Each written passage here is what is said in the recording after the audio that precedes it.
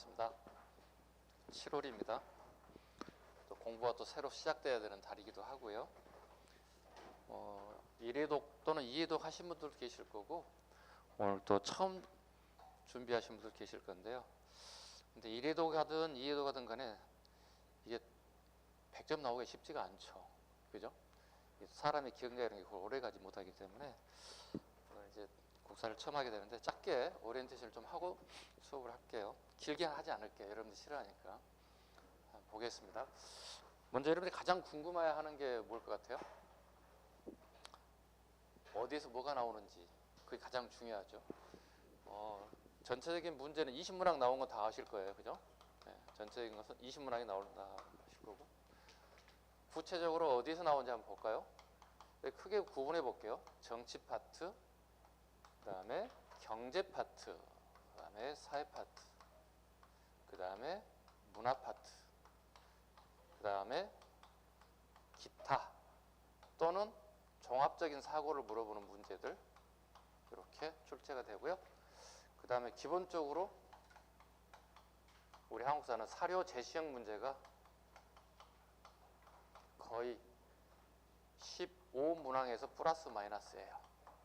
단답형으로 물어보는 시험 문제는 이제는 거의 사라졌다고 봐야 돼요. 예전에는 뭐 단답형으로 문제가 많이 나왔던 것에 비해서 최근 트렌드는 그냥 사료 제시형, 사료를 공부하지 않을 수가 없고요. 또 저하고 수업을 하게 되면서 사료를 어떻게 접해야 되고 어떻게 풀어야 되는 과정을 또 저하고 같이 수업을 통해서 또 공부를 하도록 하겠습니다. 자, 20문항 중에 전체적인 이제 분포를 한번 봤는데, 자, 정치 파트가 가장 기본적으로 12문항 정도가 된다고 보시면 돼요. 단 여기에는 플러스 마이너스입니다. 그럼 결론 나왔죠. 그럼 어디 신경을 많이 썼는 얘기죠? 정치사. 그럼 정치사를 잘하게 됐을 경우에는 한국사를 당연히 잘할 수밖에 없어요. 왜? 다 연관되어 있다는 거예요. 정치 파트. 경제 파트는 상황에 따라서 한 문제 내지 두 문제에서 플러스 마이너스예요. 결과적으로 경제도 나오는 거예요. 근데 여러분들이 공부를 하다 보면 경제가 가장 공부하기 어려운 파트이기도 하고 또 싫어해요. 여러분들이 선천적으로. 싫어. 경제 그거 꼭 해야 돼? 뭐 해야 돼요. 어쩔 수 없어요. 네. 근데 경제 파트는 딱 정해져 있어. 나올 수 있는 게. 제가 수업을 하게 되면서 이건 무조건 나온다는 이건 무조건 잡으셔야 돼요. 경제 파트도 꼭 잡으셔야 되고, 사회 파트 마찬가지 하나에서 두 개 플러스 마이너스. 사회 파트 하나에서 두 개 플러스 마이너스. 20문제 넘겠는데 선생님 이러다 보면 넘을 수 있어요. 플러스 마이너스 때문에. 문화가 요즘에 굉장히 중요해졌죠. 그죠? 문화가 어떤 경우에는 6문제까지 나온 경우가 있습니다. 시험에 따라서. 자, 통상 저는 4개에서 6문제까지 잡겠습니다. 문화 파트를. 문화도 이렇게 잡겠습니다. 아마 기회가 된다면 아마 제가 쭉 수업했던 과정 중에 아마 문화사 특강을 별도로 아마 할 수도 있어요. 수업 시간에 문화사 파트도 하겠지만 하나를 묶어가지고 별도의 시간을 뽑아내가지고 문화사 특강을 별도로 따로 할 수도 있어요. 그건 나중에 어느 정도 수업 진도가 되고 난 다음에 한번 시험이 임박이 왔을 때 하는 거니까 여기 기본 과정에 있을 때는 무조건 수업을 다 할 거예요. 그걸 해야만 훗날 문화사 특강을 할 때 내가 다 이해할 수 있어요. 이거구나 하고 잡는 거예요. 기타. 기타는요, 안 나올 수도 있고 나올 수도 있어요. 그럼 기타가 도대체 뭘까요? 간도 문제. 또 뭐 있을 것 같아요? 독도 문제. 또 뭐 있을 것 같아요? 유네스코가 있습니다. 유네스코 우리 문화재 있죠? 등록되어 있는 문화재들. 유네스코 문화재 관련된 부분을 공부하다 보면 좀 짜증나죠. 양도 많고 뭐가 나올지 잘 모르겠고. 안 나오길 바라는 의미에서 공부도 하겠지만 그래도 한 번쯤 언젠가는 보셔야 할 부분이 있어요. 그 다음에 사료 제시형 문제. 거의 20문제가 출제되는데 15문항 정도가 플러스 마이너스 정도 될 정도로 엄청나게 많은 사료가 제시될 거다. 사료도 꼭 익혀 두셔야 되는 부분이다 이렇게 보시면 됩니다. 이게 토탈이 한 20문제 정도 돼요. 가장 신경 써야 할 부분 정치 파트, 그 다음에 문화 파트. 그 다음에 다른 파트로 한번 볼게요. 자, 보통 우리가 1권 있고 그 다음에 2권 이렇게 어떤 책은 또 3권까지 가는 경우도 있어요. 통상 저는 한 1, 2권 이렇게 구분해 볼게요. 요걸 뭐라 부르죠? 근, 현대사. 앞에 걸 뭐라 부르죠? 전근대사 이렇게 불러요. 크게 이렇게 두 개 파트로 이렇게 구성되어 있어요. 한국사는요. 그렇다면 분포도를 본다면 이게 가장 많습니다. 실은. 네. 가장 많은 부분인데 수험생 입장에서는 이게 가장 힘들어해요. 어렵고요. 그죠? 예, 이게 이제 파트별로 다르게 하는데 적게 나오면 5문항. 5개 나오고. 그러니까 많이 나오면 6문항 내지 7문항. 또는 이번처럼 가장 최근에 본 시험이 뭐죠? 지방직인가요? 8문항까지도 나올 수도 있어요. 나머지 이게 이제 더하면 돼요. 12문항에서 최소한도 15문항 정도가 전근대사예요. 그럼 오늘 첫 수업 시작하는 이 전근대사 부분은 굉장히 여러분 쉽게 접근할 수 있어요. 그리고 좀만 더 신경 쓰고 공부하게 되면 고독 좀 하는데 아무 이상 없어요. 단 여러분들이 신경 쓰는 부분은 어디예요? 근현대사 부분에 여러분들 가장 많이 어려움이 봉착되는 그런 문제이기도 해요. 그래서 공부를 한 바퀴 이상 도신 분들, 2바퀴를 도신 분들은 이건 그냥 보너스예요. 그럼 저기에 승부가 갈리는 게 아니에요. 어디에 갈려요? 여기에 갈려요. 그 다음에 학원에서 모의고사를 자주 실시를 하죠. 보통 한국사를 한 90점에서 플러스 마이너스 되는 친구들이 꽤 있을 거예요. 90점인데 뭐 한국사를 들어야 될까요? 이렇게 얘기하는 경우가 있는데요. 제가 자주 하는 얘기 중에 하나가 이거였어요. 90점 맞았다고 밖에 나가 자랑하지 마세요. 제발. 왜요? 합격권에 있는 친구들은 기본이 90이에요. 그럼 합격권에 있는 친구들하고 경쟁하는 거지 여기 있는 학원생들하고 경쟁하는 거 아니에요. 생각을 좀 바꿔보세요. 나의 경쟁자는 학원 밖에 있어요.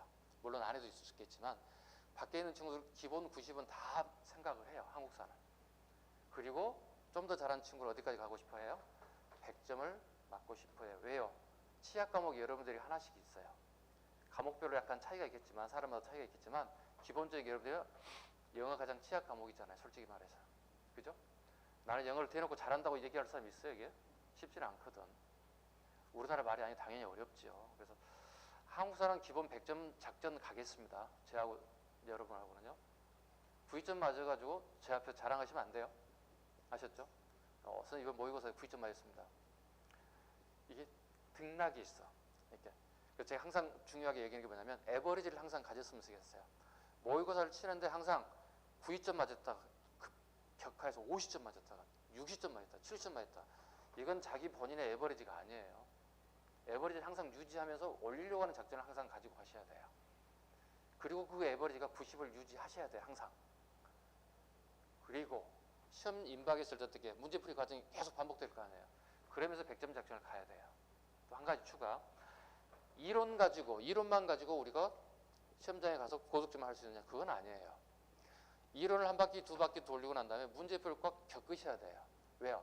이론에서 다 하지 못한 부분이 분명히 문제풀이에서 선생님들께서 계속 반복 수업을 계속 할 거예요. 부족한 부분은 문제풀이에서 보완하는 방식으로 하시는 게 가장 지금까지 제 경험상 가장 효율적이다 이렇게 생각을 해요. 그래서 학원에서 이렇게 커리큘럼이 이렇게 스텝 바이 스텝 이런 식으로 한 단계 한 단계 잘 구성되어 있기 때문에 학원 커리큘럼을 잘 따라오시면 아무 문제 없을 것 같아요. 잘 따라오시고요. 자, 이 정도 선에서 이제 오리엔테이션을 짧게 하겠습니다. 아, 선생님 이름 모르죠? 처음 오신 분들은 이렇게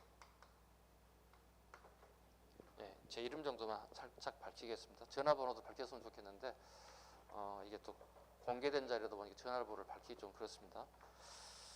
자, 필요한 부분은 개별적으로 밝히겠습니다. 쉬는 시간에 별로 밝힐 테니까 질문사항이 있으면 그쪽으로 던지셔도 됩니다. 제가 답변을 성실하게 하도록 하겠습니다. 자, 오늘 첫 페이지 갈게요. 첫 페이지 가는데 좀 아쉽지만 책이 아직 늦어지고 있어요. 제 교재가 한 20일 전후에서 출간이 된다고 그러니까 최소한도 한 3주 정도는 유인물로 대체 수업을 하셔야 할 것 같아요. 양해를 좀 해주시고요. 자, 유인물 다 받으셨죠? 자, 첫 페이지 한번 펴보겠습니다. 역사 학습의 목적 여기 나와 있죠. 자, 좀 지울게요.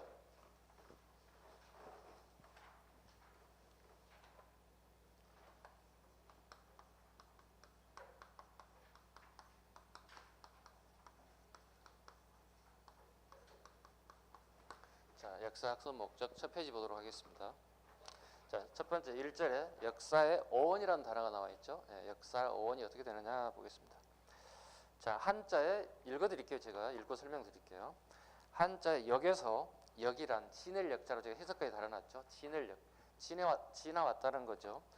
세월, 세대, 왕조 등이 하나의 순서에 따라서 계속해서 가는 것으로 과거에 있었던 사실을 의미합니다. 쭉 지내온 사실들을 의미합니다. 사라고 하는 것, 기록할 사자인데요. 할 속에 있어서 옆에서 적중한 수를 기록하는 사람으로 기록한다는 의미를 가지고 있습니다. 짧게 번역하면 어떻게 해요? 지나온 얘기를 기록했다. 사람이 살아온 지나온 얘기를 기록했다. 이걸 우리는 역사라고 한다. 역사라고 한다. 별거 아니죠. 이 정도에 뭐. 그 다음에 동양의 역사 연구 보겠습니다. 동양의 역사 연구. 여기서부터는 이제 본격적으로 이제 조금 설명들이 부가적으로 나올 것 같아요. 한번 보겠습니다. 동양에서 역사학의 제1차적 목표를 기감에 찾았다. 기감의 밑줄 하나 그어주실까요? 기감이다. 그러기에 대부분의 역사책은 거울감자를 씁니다. 이게 거울감자입니다. 거울감자. 자, 우리나라에서는 서거정의 동국통감이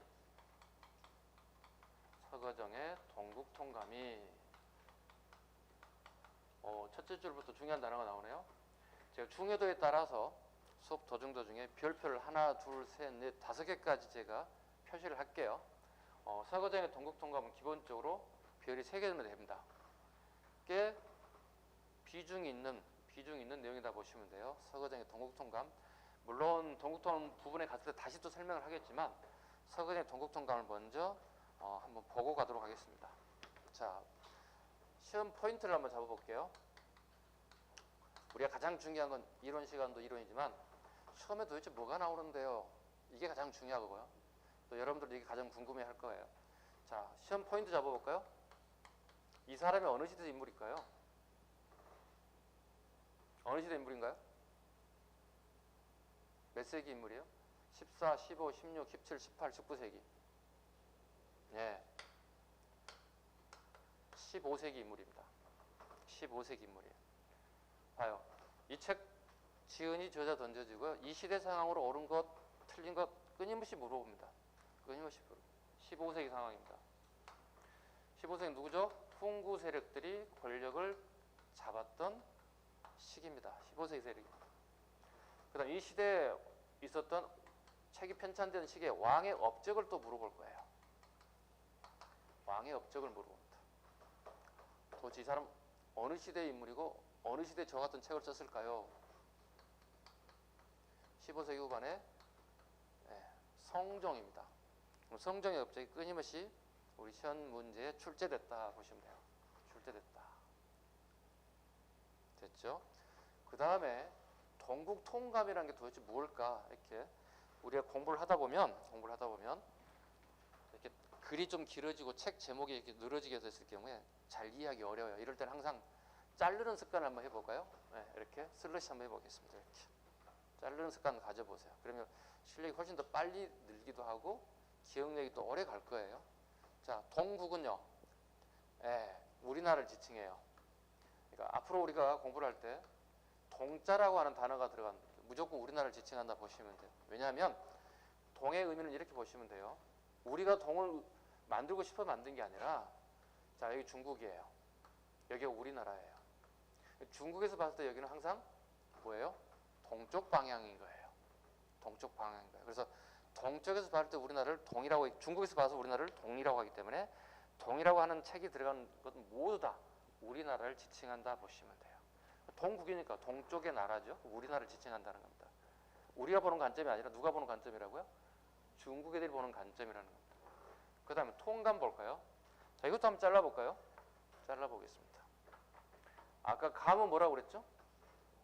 예, 거울을 의미한다 그랬어요. 예, 거울 감자입니다. 거울을 의미한다. 자, 보세요. 우리가 아침에 학원에 수업 들어올 때 거울을 다 한 번쯤은 다 보고 오셨을 거거든요. 그죠? 거울을 보는 이유가 뭔가요? 뭐 용모를 단정히 하고 뭐 묻었나도 보고 이렇게 하는 거죠. 마찬가지예요. 그럼 역사도 마찬가지죠. 앞의 역사를 한번 살펴보는 거죠. 그죠?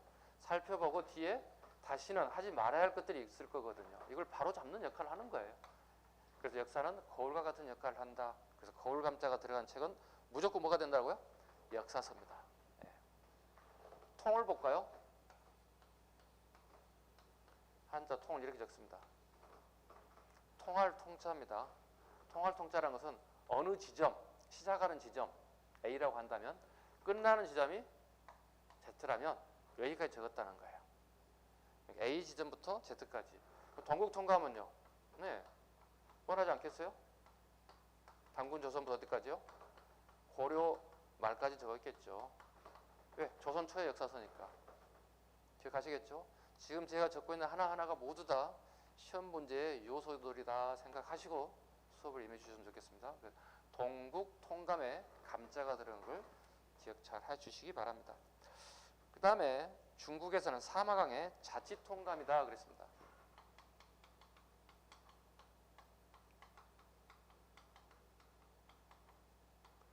예, 여기도 마찬가지죠. 감자가 들어가 있죠. 통이죠. 통은 뭐예요? 여기 있죠. A부터 Z까지. 쓰고자 하는 지점에서부터 끝나는 지점까지를 갖다가 정확하게 표현하고 있습니다. 그래서 중국의 대표적인 역사서도 자치통감도 감자가 들어가더라. 주위에 통감 강목 볼까요? 주위에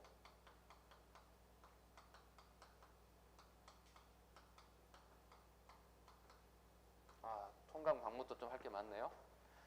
통감 강목이다. 한번 잘라볼까요? 네. 통은 이거죠? 쓰고자 하는 지점부터 끝나는 지점까지 통. 감은요? 역사서.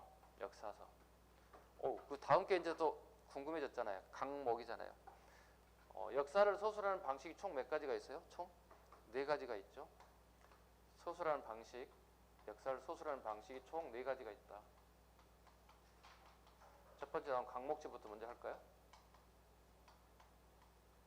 강목체가 있고요. 기전체는 다 아실 거고, 또 적은다면 기사, 본말체가 있을 거고요. 기사, 본말체가 있을 거고요. 하나 더 여러분이 한번 적어볼까요? 뭐 같아요? 왜 이렇게 아침부터 멍 때리고 계십니까? 아니 이거 모르시는 분이 있어요? 당연히 알아야죠. 당연히 알아야 됩니다. 이건 공무원시험 준비하는 수험생은 당연히 기본입니다. 이건 내용도 알아야 되겠죠. 시험 요소니까. 자, 첫 수업 시간부터 좀 타이트해졌습니다. 지금 갑작스럽게 지금. 자, 강목체 보겠습니다. 역사를 서술한 방식이 강과 목의 방식으로 서술했다는 뜻이에요. 강은요, 메인을 얘기하는 거, 우리 쉽게 영어로 얘기해 보는 겁니다. 서브예요. 이게 주가 되고 이게 부가 되는 방식을 강목체다 이렇게 불러요. 강목체를 서술하는 방식을 처음 누가 만들어냈다는 거예요? 주희가 만들어냈다는 거예요. 이것도 잡으셔야 돼요. 지금 요거 전부 다 기출 문제입니다. 다 기출 문제입니다. 버릴 게 지금 하나도 없어요. 강과 목으로 보고 있다. 역사 서술 방식은 도대체 주가 보고 메인이 뭡니까? 이것은 이렇게 볼 수 있어요. 끊김이 없다는 뜻을 가지고 있어요. 끊김이 없다. 도대체 뭔데요? 밧줄입니다. 밧줄은 누가 인위적으로 끊지 않는 한 아주 단단해서 끊기지 않습니다. 밧줄을 의미합니다. 밧줄. 자, 그 다음에 서브, 부가적인 걸 의미한다. 한번 볼까요? 대표적인 예를 한번 들어보겠습니다. 강목체 서술 방식 한번 보겠습니다. 자, 우리 처음 나라를 출발할 때 우리는 단군 조선을 이렇게 잡고 있죠? 그죠? 그 다음에 뭐가 정권을 이어받습니까? 이만희 권력을 잡습니까? 아니면 기자가 권력을 잡습니까? 지금 현재 우리나라에서는 기자조선을 인정하지 않는 학계의 동향이기도 한데요. 안정복의 동사 강목을 기준으로 한번 봐볼게요. 안정복의 동사 강목의 기준으로 한번 봐볼게요. 동사니까 우리나라 역사겠죠. 그죠? 강목이니까 뭐예요? 강목체겠죠. 자, 단군조선 다음에 이만조선을 우리 역사로 보지 않아요. 안정복의 동사 강목은요. 왜요? 강탈했다는 거야. 강제적인 힘을 이용해서 역사를, 국가를 강탈해갔다는 거예요. 보지 않아요. 그렇다면 뭐를 본 거예요? 기자 조선을 갖다가 정통으로 봐요. 정통으로 봐요. 지금 얘기하고 있는 건 뭐죠? 메인이라고 해서는 끊기지 않았다는 건 정통이라는 얘기예요. 봐볼까요? 그 다음에 뭐라고 하는 거죠? 우리 마한 변한 진화를 우리 뭐라 불러요? 사만이라 부르지. 이걸 사만 정통론이라 불러요. 왜요? 이 땅에 살고 있는데, 우리 민족들이 살고 있는데 나라는 자주 바뀌었죠. 그죠? 나라는 바뀌어졌음에도 불구하고 이 땅에 누가 살고 있어요? 우리 민족들이 그 자리에 계속 살고 있어요. 이걸 우리는 사만 정통론이라는 표현을 써요. 자, 근데 사만도 오래 가지 못하죠. 몇 개의 나라로 바뀌어집니까? 고구려 백제, 신라의 나라로 바뀌었지. 이걸 우리 뭐라 부른다고요? 정통론이라고 한다고요. 정통론이라고 한다고요. 고구려 백제, 신라가 어떻게 또 다시 엮여지게 됐습니까? 통일이 되죠. 후삼국을 통일하죠. 그 나라가 뭐예요? 고려란 나라죠. 그리고 그 나라가 어떻게 됩니까? 조선이라는 나라로 오겠죠. 조선이 끝이 아니죠. 하나 더 있죠. 우리가 뭐가 있어요? 대한제국이 있죠. 대한제국이 망하죠. 1910년에 일본의 경술국치에 망하게 되죠. 그래서 일본에 들어서 제국주의가 실시되죠. 그죠? 그 줄여서 우리가 보통 뭐라 불러요? 일제라고 얘기하죠. 뭐 미제 일제지 그게 아니고요. 네, 일본 제국주의라는 뜻이죠. 일본의 통치 기간에 들어가 버렸어요. 그리고 우리 해방됐죠. 1945년 8월 15일 해방됐어요. 우리는 무슨 한이 있었는지 뭔가 부족하다 싶으면 몇 개를 만들어내. 해방된 전국의 나라를 몇 개 만들어냈어요?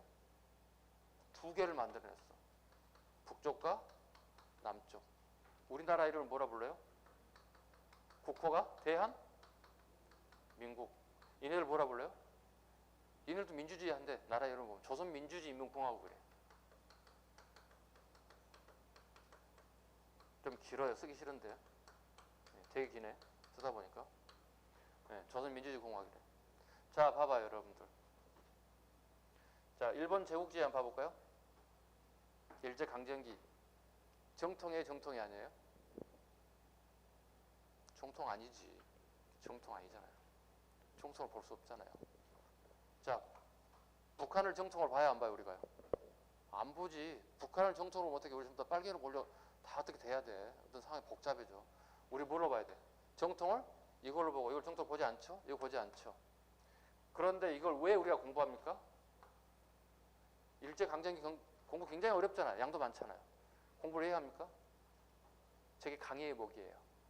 여러분 봤을 때 빨리 판단해봐. 강의의 목이에요. 이게 목이라고. 쉽게 얘기해서 이게 뭐야? 목이라고. 이게 뭐예요? 강의지. 자, 근데 북한 애들 입장에서 봐봐봐. 누가 강의라고 얘기했어? 북한 애들 입장에 본다면 지네들이 이게 강의라고 했지. 이거 우리 목이라고 하겠지. 북한 애들 입장에 본다면. 우리는 우리 입장에서 보는 거죠. 자, 우리 입장에 봤을 때 뭐예요? 대한민국이 강의의 목이에요? 다 대답해봐요. 강의예요. 강목 별거 아니에요. 뭘 메인으로 보느냐, 뭘 정통으로 보느냐를 설명하는 거예요. 이게 강목제 수술 방식이. 이걸 처음에 누가 만들었다고요? 주의가 이걸 만들었다고요. 통감 강목이라고 해서 이걸 만들었다고요. 그게 우리나라의 쭉 역사 소설 방식으로 전개되고 있다 보시면 돼요. 이건 수업 관계상 다 설명할 수가 없어요. 기전체는 큰 타이틀만 얘기할게요.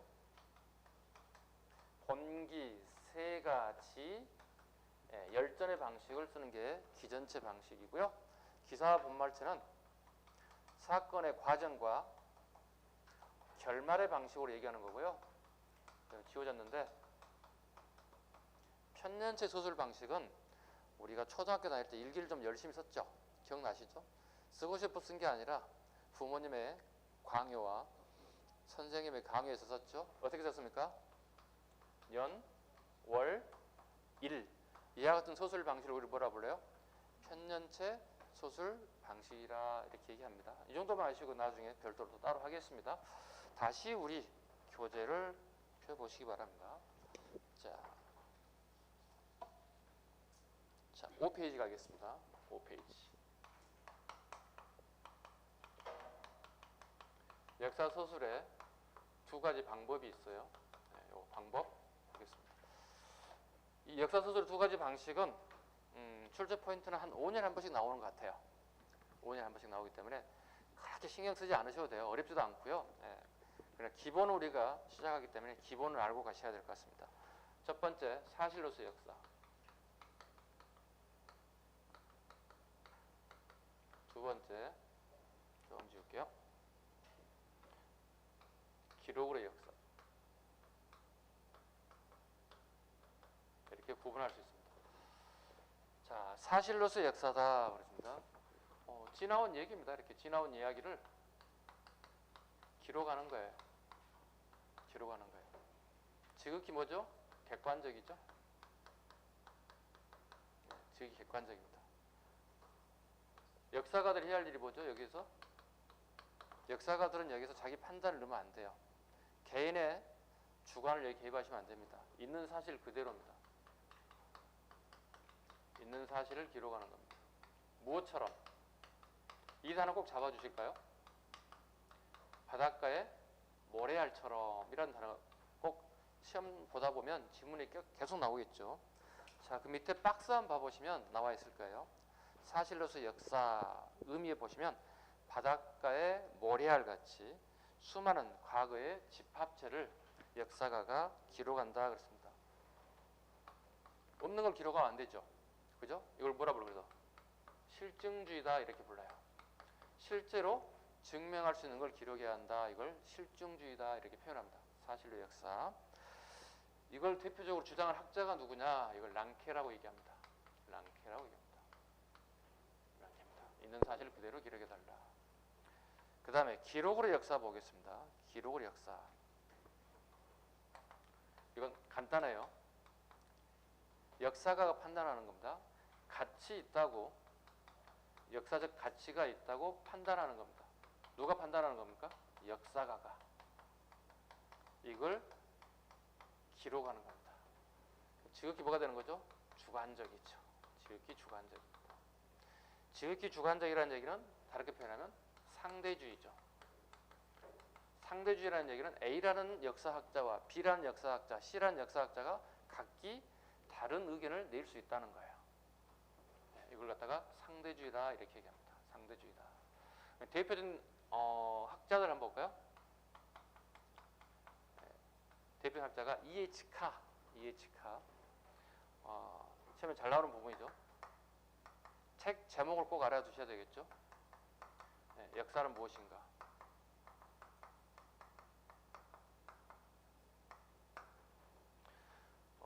E.H. 카는 영국의 대표적인 지성인이기도 하고요. 대학에서 교편도 잡았고, 그 다음에 러시아, 오늘날 러시아죠. 예전 소련이라고 하는 나라에서 굉장히 오랫동안 예교관으로 활동했던 인사이기도 해요. 그래서 사회주의에 대한 연구를 굉장히 많이 했던 분 중에 하나가 E.H. 카다. 역사란 무엇인가. 이 책 제목이에요. 선생님 이 책을 읽는데 한 6개월 정도 읽은 것 같아요. 읽는데. 이유는요. 선생님 머리가 좋지 않아가지고 이해력이 딸렸는지 모르겠지만 굉장히 읽기 어렵습니다. 쉽지 않습니다. 어떤 친구들은 뭐 일주일 만에 읽었다고 하는 경우도 있어요. 일주일 만에 읽을 수도 있어요. 근데 문제 안에 있는 내용이 잘 이해가 안 가는 거예요. 왜요? 영국 사람이라고 그랬잖아요. 그럼 얘기를 전개할 때 예문을 만들어낼 거 아니에요. 그 예문이 전부 다 지네 나라 전쟁을 전부 다 얘기하고 있는 거예요. 책에다가. 우리 서양사를 공부할 때 영국 전쟁 별로 공부하지 않거든요. 우리가. 이해가 딸릴 수밖에 없죠. 그러다 보니 이거 찾아가고 하다 보니까 한 6개월 정도 읽은 것 같아요. 다 모든 생각들이 기억이 안 나요. 특별한 사람 이해는요. 이 내용 얘기하려면 못해요. 근데 서문에 딱 이런 단어 하나만 딱 기억해요. 뭐라고 기억합니까? E.H. 카가 역사란 과거와 현재의 끊임없는 대화이다 이렇게 얘기했어요. 역사란 뭐라고요? 과거와 현재의 끊임없는 대화이다 그랬습니다. 이거 사료를 딱 던져줄 거거든요. 이거 사료 던져줄 거고요. 그럼 E.H. 카라는 걸 알아야 되겠죠. 그럼 E.H. 카가 주장했던 역사 소설 방식은 기록으로서의 역사라는 것을 이해하고 문제를 푸는 능력을 테스트하는 거예요. 역사는 뭐다? 과거와 현재의 끊임없는 대화이다 이렇게 얘기했어요. 그래서 역사라고 하는 건 이렇게 가지고 있죠. 역사성이라고 하는 건 꼭 기억하실 게 항상 상대성을 가지고 있어요. 상대성. 봐봐요. A라는 학자, B라는 학자, C라는 학자, D라는 학자 다 똑같은 내용을 달리 얘기할 수 있어요. 그래서 이걸 상대성이라고 불러요. 자, 지금 우리는 선사시대도 들어가지 않았습니다. 구석기도 아직 들어가지 않았어요. 좀 있으면 구석기를 들어갈 텐데 우리는 구석기를 살아본 적이 있어요, 없어요? 없죠. 그럼 우리가 구석기를 공부하기 위해서 꼭 다시 타임머신 타고 구석기를 들어가야 하는 이유는 없죠. 들어가면 좋지. 신기한 경험이 될 수 있으니까 좋긴 하지. 근데 불가능하잖아요. 근데 들어가 보지 않고 우리가 구석기, 흰석기, 청동기, 철기를 다 공부하죠. 왜일까요? 역사는 현재성이에요. 역사는 타임머신을 타고 그 시대를 돌아가는 게 아니에요. 현재 관점, 현재 시각에서 과거를 보는 거예요. 무슨 말인지 가시죠? 현재 시각에서 이 부분을 들여다보는 거예요. 그래서 역사는 항상 바뀌어요. 오늘 우리가 저하고 수업을 같이 했던 수업 내용이 50년 뒤, 100년 뒤에는 바뀔 수 있어요. 왜?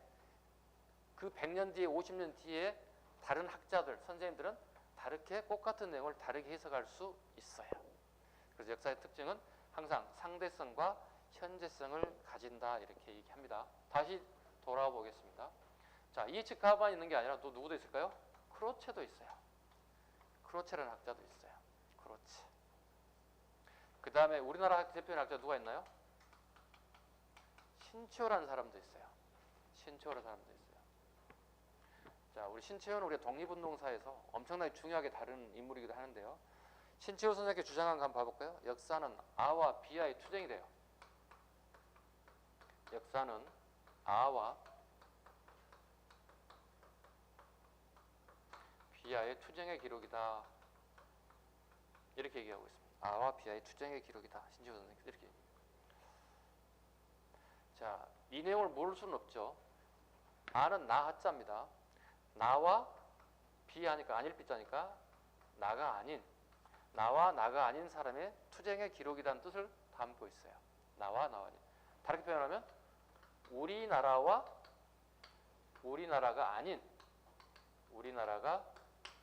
아닌 나라 간의 투쟁의 기록이다 이렇게 번역할 수 있겠죠. 자, 좀 더 업그레이드 한번 하겠습니다. 신치호 선생이 관련된 부분. 이 내용은 조선사라는 책을 갖다가 쓰려고 했어요. 신치호 선생이요. 그리고 1931년부터 조선일보에 연재하는 내용이에요. 신문에 연재하고 있었어요. 31년부터요. 그런데 아쉽게 당군부터 시작해서 백제가 멸망하고 그 다음에 백제가 부흥운동하는 것까지밖에 쓰지를 못했어요. 전체를 다 쓰고 싶었어요. 그래서 제목을 아예 처음부터 조선사라고 붙였던 거예요. 근데 미완성으로 끝났죠. 미완성으로 끝났는데 이걸 조선사라고 붙이기 좀 애매모호하잖아요. 그래서 뭐라고 얘기할 것 같아요? 조선상고사만 기록했다 해서 이걸 뭐라 불러요? 조선상고서다 이렇게 얘기해요. 조선상고서다 이렇게 불러요. 이 조선상고사 내용에 이게 들어가 있어요. 요즘 시험 트렌드가 뭐예요? 책 제목하고 내용을 살짝 바꿔놓는 게 다반사입니다. 기억 잘 하셔야 되고요. 자, 살짝 봐볼까요? 우리 신채호 선생 하면은 또 아는 게 이제 조선사 연구처죠. 네. 조선사 연구처의 가장 중요한 말이 뭐예요? 묘청이죠. 묘청을 묘사하는 방법이 사뭇 특이하게 했습니다. 1000년 이래요.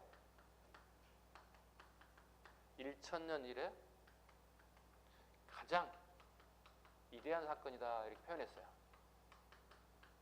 이게 실현됐다면, 묘청이 북진 정책을 펼쳤다면, 여진을 정벌하고 황제국을 표방했다면 이것은 우리 역사상 가장 엄청난 일일 것이다 이렇게 표현했어요.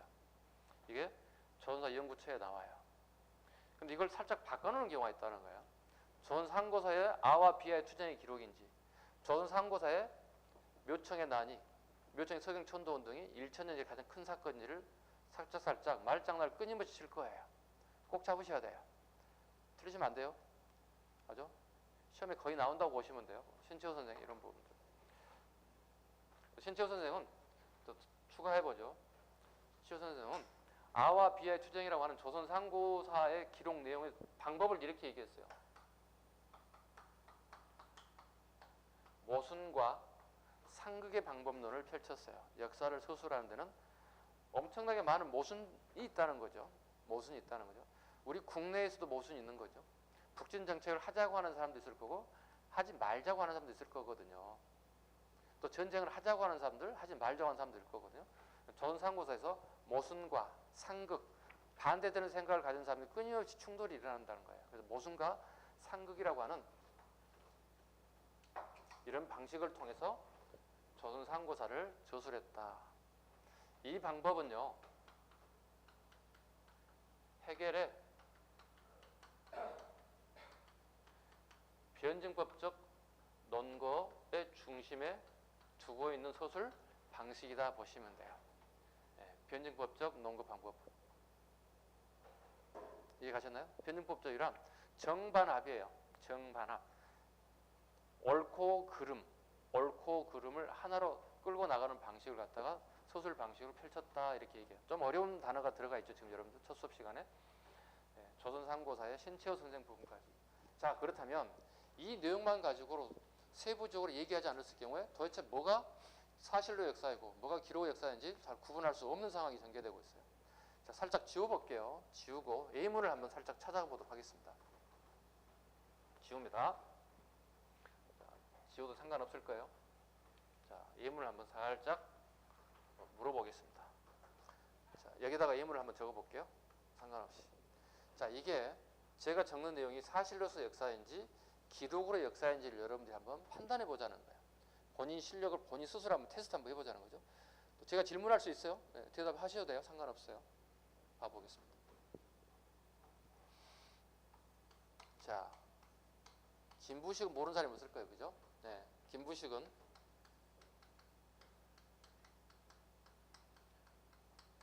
고려 인종 때 신라 중심의 삼국사기를 편찬하였다. 이렇게 한번 질문을 만들어 볼게요.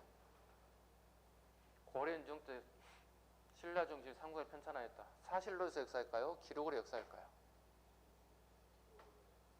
기록으로 역사이다. 또 다른 사람 사실로 역사일 것이다. 이렇게 양분되네요. 그죠? 네. 이쪽이 남쪽이 북쪽인가요? 네. 남북 통일을 이루어야 되는데 지금 현재 뭐 같아요? 아니 수업 여태 했잖아요 지금. 자, 손 한번 들어볼까요? 나는 사실로 역사일 같은데 손 한번 들어보시죠. 아니지, 기록으로 역사하지. 손 한번 들어보시죠. 야, 뭔 양념 반 후라이드 반인데? 봐볼까요? 결론부터 얘기하면 이건 기록으로 역사예요.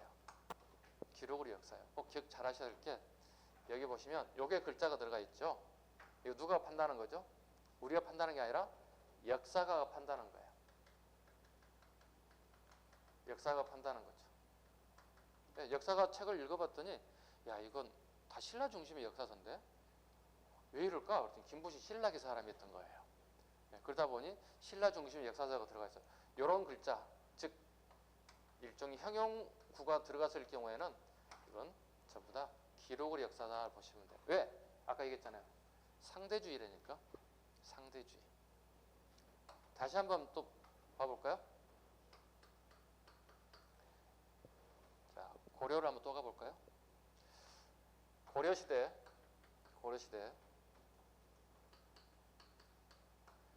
지방호족의 견제책으로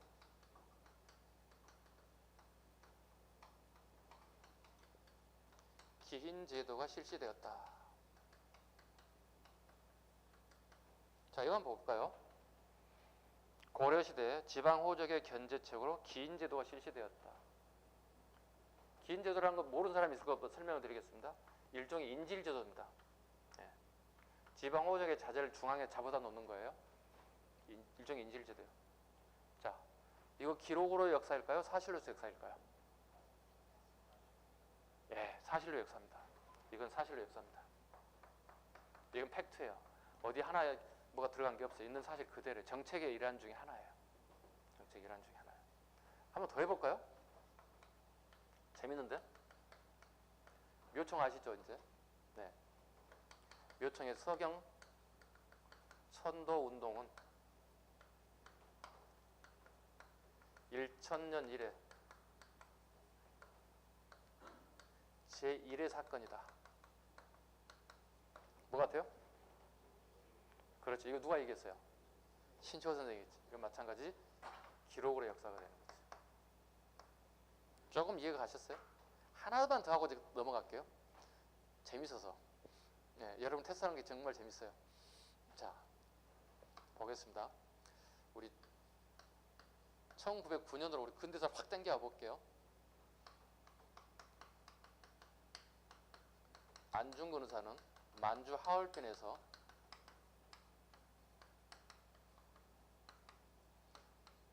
이토 히로부미를 저격하였다. 자, 빨리 스캔하고 빨리 해석해봐요. 네. 1909년 안중근 의사 만주 하얼빈 이토 히로부미를 저격하였다. 자, 물어보겠습니다. 사실로 역사 역사다. 네, 사실로 역사. 기록으로 역사. 없어요? 와우. 다 정답인 거예요, 그럼? 어우. 자, 봅시다. 안중근은 닥터예요? 닥터예요? 닥터도 아니죠. 의사는 뭐죠? 의로운 싸움에 나서 목숨을 초기화같이 버린 사람 뭐라 불러요? 이거 누가 평가한 거죠? 여러분이 평가한 거 아니잖아요. 평가는 누가 하는 거예요, 역사는? 역사가가 하는 거예요. 역사가가 안중근을 뭐로 본 거야? 의사로 봤잖아요. 이해 가셨어요? 그럼 이거 뭐가 돼야 돼? 사실이에요, 기록이에요? 기록으로 역사지. 아니, 형용구가 붙는 거 항상 보래니까 기록으로 역사가 되는 거지. 아셨어요? 이렇게 구분할 수 있죠. 그러니까 문장만 가지고 이해되지 않는 것들이 예문을 던져줬을 때 어떻게 내가 뭔가가 잘못되고 있는 것들을 바로 잡을 수 있어요. 예문을 통해서 바로 잡는 습관이 잘 돼야 됩니다. 자, 다음 한 페이지 넘겨볼까요? 한 페이지 더 넘겨볼게요.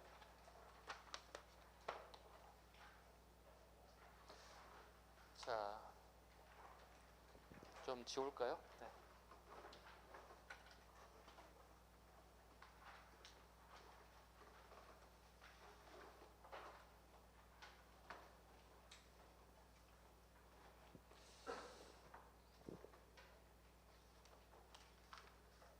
자, 동양과 서양의 역사관 비교 갑니다. 동양과 서양의 역사관 비교.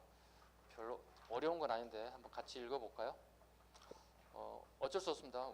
원래 선생님이 읽는 걸 별로 안 좋아하는데 그냥 쫙 판서 수업을 시작해서 판서 수업으로 끝나는 걸 좋아하는데 읽는 거 별로 안 좋아해서 한번 읽어볼게요. 어쩔 수 없는 상황이니까. 자, 동양의 역사 연구 보겠습니다. 자, 동양에서는 역사학이 정책의 입안을 위한 이론적 근거와 참고 자료를 마련하게 연구되었다. 동양에서는 역사의 제1차적 목적을 기감에서 찾는다. 그러기에 대부분의 역사책은 거울 감자를 쓴다. 일명 감개주의라 한다. 밑줄 하나 볼까요? 감개주의. 네, 감개주의. 네. 거울처럼 보고 개자는 경계할 개자입니다. 경계한다는 겁니다. 잘못됨을 경계한다. 이런 뜻을 가지고 있어요. 감개주의다. 우리나라의 서거정의 동국통감 이제 이해 갔어요. 머릿속에 딱 돌아야 돼. 서거정의 동국통감 몇 세기 책이죠? 네, 어느 왕 때죠? 네, 어느 시대부터 어디까지 역사를 적었죠? 통이니까 쓰고자 하는 부분은 A부터 Z죠. 단군 조선부터 고려 말까지 역사죠. 그냥 머리 탁 박아야 돼요. 기본이에요. 공무시험 준비하는데 서거적인 동국통감을 시험장에 모르고 간다는 건 말이 안 되는 거예요. 사마강의 자치통감도 중국에 출발했던 것들. 그 다음에 주위의 통감 강목, 강목체 시작을 뭐로 본다? 주위의 통감 강목으로 본다. 그 다음에 원추의 통감 기사 본말 등이 대표적인 A다. 실제로 중국의 역사를 보면 주나라 때에 봉건적 지방 분권 체제가 춘추 전국시대라는 혼란기를 초래했다는 것을 기감으로 삼아 진의 시항제, 일명 진시항제는 중앙집권의 9년제를 실시하였다. 아마 이거 오늘 수업 말미에 아마 이걸 할 수 있어요. 중국 역사에 대해서. 그 다음에 송대조는 당의 멸망원이 절도사의 난립이 기감으로 삼아서 철저한 문치주의를 표방하기도 하였다. 그 다음에 서양의 역사관과 역사의 내면과 이면은 이건 안 하셔도 될 것 같고요. 자, 한국사의 보편성과 특수성에 관련된 부분을 하고 1교시를 끝낼게요. 한국사를 크게 보편성과 특수성으로 보고 있다. 보편성과 특수성. 여러분들 주말에 하프 모의고사 보시죠? 그죠? 안 보신 분들 꼭 보라고 말씀을 드려요. 시간을 내서. 왜냐하면 최소한 한 바퀴를 도신 분들은요, 무조건 보셔야 돼요. 또 한 바퀴 안 도시는 분은 어떻게 해야 되느냐? 보세요. 왜요? 틀려야 돼. 모의고사를 보고 틀려야 된다. 그리고 그 문제를 분석해 보라고. 그리고 책을 찾아가 보라고. 그래도 안 되면 저한테 와야지. 그죠? 보자마자 문제가 안 풀리니까 저한테 바로 문자를 주면 안 돼. 본인은 공부 하나도 안 하고 모든 걸 다 가져오라고 하면 안 되지. 뭐가 안 됩니까 하고 제가 그 간지러운 부분만 이제 긁어주는 게 선생의 역할이지. 그죠? 네, 꼭 보세요. 그래야만 여러분 실력이 일취월장해요. 문제를 많이 풀어야 돼요. 네, 보겠습니다. 보편적 보겠습니다. 세계 많은 사람들은 자유와 평등이죠. 기본적으로. 어떤 사람이 자유를 억압받고 싶고 어떤 사람이 평등하지 않는 사회에서 살고 싶겠어. 기본입니다. 그 다음에 민주와 평화. 공동의 가치죠. 민주와 평화는 당연히 모든 전 인류가 공동으로 생각하는 내용들이다 보시면 이게 보편성이에요. 이건 시험에 안 나와요. 그럼 시험에 나오는 거 보겠어요. 특수성이에요. 보겠습니다. 충성과 효도예요. 우리 보통 줄여서 우리 뭐라고 그러죠? 충효다 이렇게 얘기합니다. 선생님, 충성과 효도는 어느 나라든 그 보편적 가치가 아닐까? 이렇게 반문할 수 있어요. 그죠? 그죠? 처음 듣는 친구들 당연히 충효는 보편성 아닌가요? 누구나 모든 인간으로 가져야 되는 거 아닌가요? 나라에 충성하고 구해야 되는 건? 당연히 그렇게 생각할 수 있죠.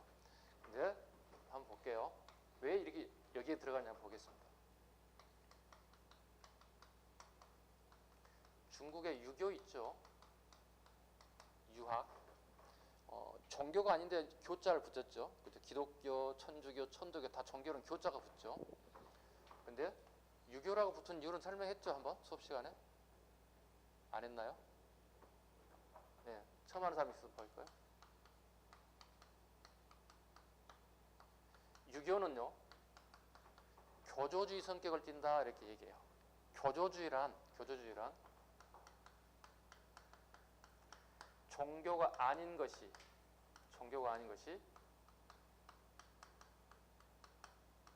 종교인 척한다. 이걸 교조주의라 불러요. 그럼 유교는 종교가 아니에요. 종교가 아니지. 그럼 뭔데요?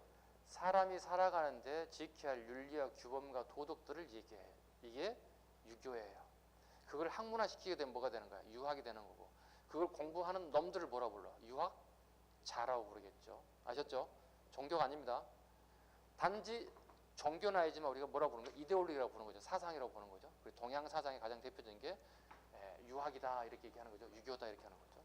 자, 중국 유교에서 가장 중요하게 생각하는 게 뭘까요? 요겁니다. 어질인자입니다.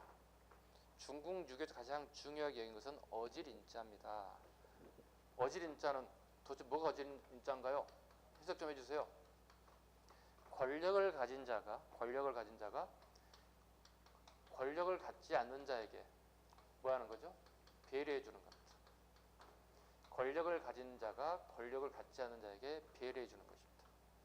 또 우리 사회에 빈부격차가 있죠. 우리 사회도 어느 시대나 다 있기 마련인데요. 자, 부자가 누구에게? 부자가 아닌 빈자들에게 어떻게 해요? 배려를.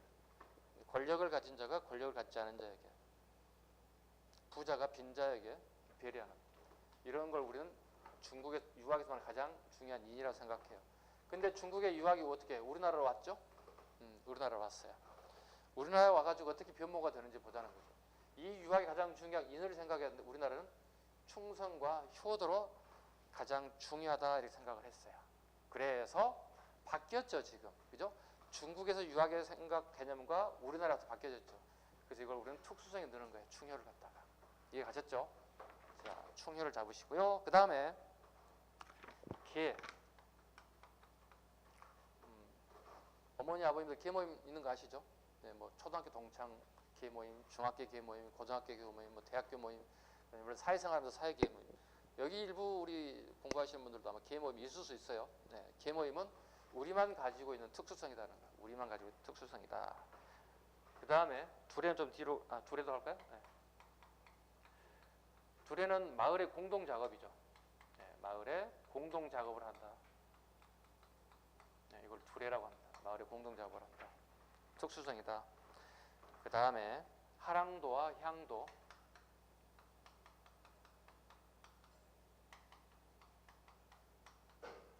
네, 하랑도도 우리가 가지고 있는 특수성을 가지고 있죠. 네, 특수성을 가지고 있다.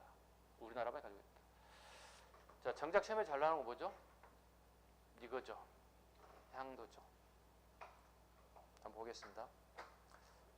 제가 스포일러를 한번 할까요? 이번 하프 모의고사에 나올 것 같은데요.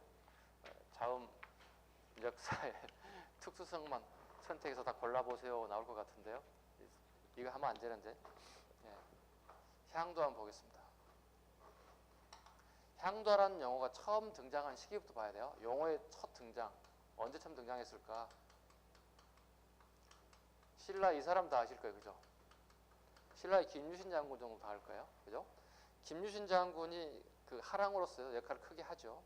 실제 하랑도에 끌고 리더가 되는데요.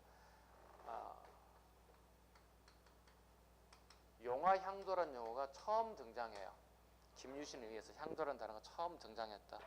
용화향도라는 용어가 처음 등장했다. 그 다음에 신라시대 이렇게 출발했고, 그 다음에 고려시대는 어떤 개념으로 되는지 한번 보겠습니다. 고려시대 전기의 개념 한번 보겠습니다. 고려 전기의 향도 개념은요, 불교와 밀접한 관련이 있습니다. 불교와 밀접한 관련이 있습니다. 자, 봐볼까요? 미륵불을 기원합니다. 미륵불을 기원합니다. 불교에서 미륵불이란 앞으로 우리가 맞이해야 할 부처 미래불을 갖다가 미륵불이라 불러요.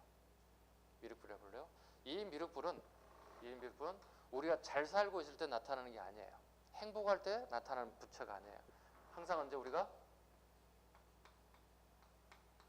요 시기, 언해피한 시기에 항상 우리가 미륵불을 찾아요. 미륵불을 찾아요. 꼭 기억하시기 바랍니다. 미륵불이란 미래불을 의미하고 항상 언해피하는 시기에 미륵불이 나타납니다. 자, 그렇다면 고려인들이 정치적, 경제적, 사회적으로 할 때 어려운 시기가 있었다는 거거든요. 그때마다 미륵불을 기원한다. 이와 같은 행사를 하는데 우리 백성들이 중심이 된다는 거죠. 백성들이 중심이 돼서 그 다음에 기부를 좀 받겠죠. 절로부터 좀 기부도 받고 그 다음에 부자들로부터, 있는 자들로부터 기부를 좀 받아서 행사를 하게 돼요. 마을에 많은 사람들 모여서 행사를 하게 됩니다. 이걸 뭐라 불러요? 향도라고 한다. 향도란다. 그 지금 누가 우리를 괴롭힐까요? A나 G는 꼭 얘들이 우리를 괴롭히죠. 그죠? 애구들이 우리를 괴롭힙니다. 애구들이 우리를 괴롭힙니다. 이해 가셨죠? 애구들이 괴롭힙니다. 그리고 여기에 비석 같은 거 하나 세웁니다. 비석 같은 거 하나 세워서 기념하게 됩니다. 이걸 또 우리 뭐라 부르냐면 매향비라 이렇게 불러요. 매향비라 불러요. 매향비라 불러요. 자, 분석을 한번 해봤어요. 매향비가 도대체 얼마나 나오는지 봤더니, 자, 이거 일본 애들이 여기 있어요. 얘들이 자꾸 이쪽으로 건너오는 거예요. 노략질하러 오는 거예요. 이렇게 끊임없이 우리나라를 이렇게 하물며 어디까지 오냐면 여기 금강산까지 오는 경우도 있어요. 금강산까지도 애구들이 침탈이 있어요. 남해안, 서해안 끊임없는 약탈이 있어요. 이 애구들을 물릴 수 있는 가장 좋은 방법이 뭘까? 부처님에게 의지하는 방법밖에 선택 권한이 없었어요. 그러다 보니 이와 같은 행사를 했다. 이해 가셨나요? 자, 그런데 이 향도가 조선시대에 넘어가면서 약간 바뀌어요. 전기에는 보통 공동노동 정도로 가요. 근데 후기가 되면 상두꾼으로 변모돼요. 상두꾼이란 우리가 살다 보면 언젠가 죽을 거 아니에요. 그죠? 마을에 상을 당하죠. 저도 상을 한 2번 당해봤는데, 부모님을 여해봤는데, 그 남의 집 상은 감나라 판나라 참 똑똑한 소리를 많이 하는데 본인이 상을 당하게 되면 정신이 하나도 없어. 뭘 해야 할지 기억도 안 나. 아마 여러분들도 훗날 그런 기억을 가질 텐데요. 이걸 이네들이 다 해주는 거예요. 마을에 공동으로. 자, 봐보죠. 시신 처리 같은 것, 그 다음에 장례 관련된 부분, 그 다음에 매장하는 과정들 전체를 이네들이 다 알아서 하는 거예요. 마을에 공동으로 젊은 친구들 중심으로 상을 치러준 상두꾼의 역할로 변모되더라. 상두꾼이란 예전에는 그 시신을 안치하고 꽃상회라고 기억하실지 모르겠는데 꽃상에다가 시신을 안치하고 들쳐매고 장지까지 직접 이동해요. 지금처럼 도시 생활이 아니라 농경사회다 보니까 본인이 살던 곳 가까운 곳에 매장이 되거든요. 그러다 보니 들쳐매고 꽃상에 들쳐매고 장지까지 이동하는 역할들, 이걸 상두꾼이라고 부르거든요. 이런 상두꾼의 역할까지로 변모되더라. 조금씩 변화가 됐죠. 처음에 향도는 김유신의 용화 향도, 화랑도에서 기원했던 것들이 그 다음에 고려시대 애구의 침입이 빈번해서 불교적 어떤 관념을 가지고 기원하는 방식을 통해서 미륵불을 기원하는 방식이었고 점차 조선속이 오니까 상두꾼의 역할로 변모되더라. 이게 일명 뭐예요? 우리 아까 시험 출제 보면서 정치, 경제, 사회 이렇게 했잖아요. 고려시대의 사회 파트에 끊임없이 출제되는 부분이 이 부분이에요. 딱 정해져 있어요. 고려시대 사회 파트 이거 하고요. 고려시대 여성의 지위가 끊임없이 시험에 나와요. 이건 아주 시험의 단골 메뉴예요. 고려시대의 여성의 지위와 그다음에 향도에 대한 기능, 역할 끊임없이 나온다 보시고 이건 꼭 출제 빈도가 높기 때문에 살펴보셔야 할 부분이다 보시면 되겠습니다. 조금 쉬었다가 가겠습니다. 좀 쉬겠습니다.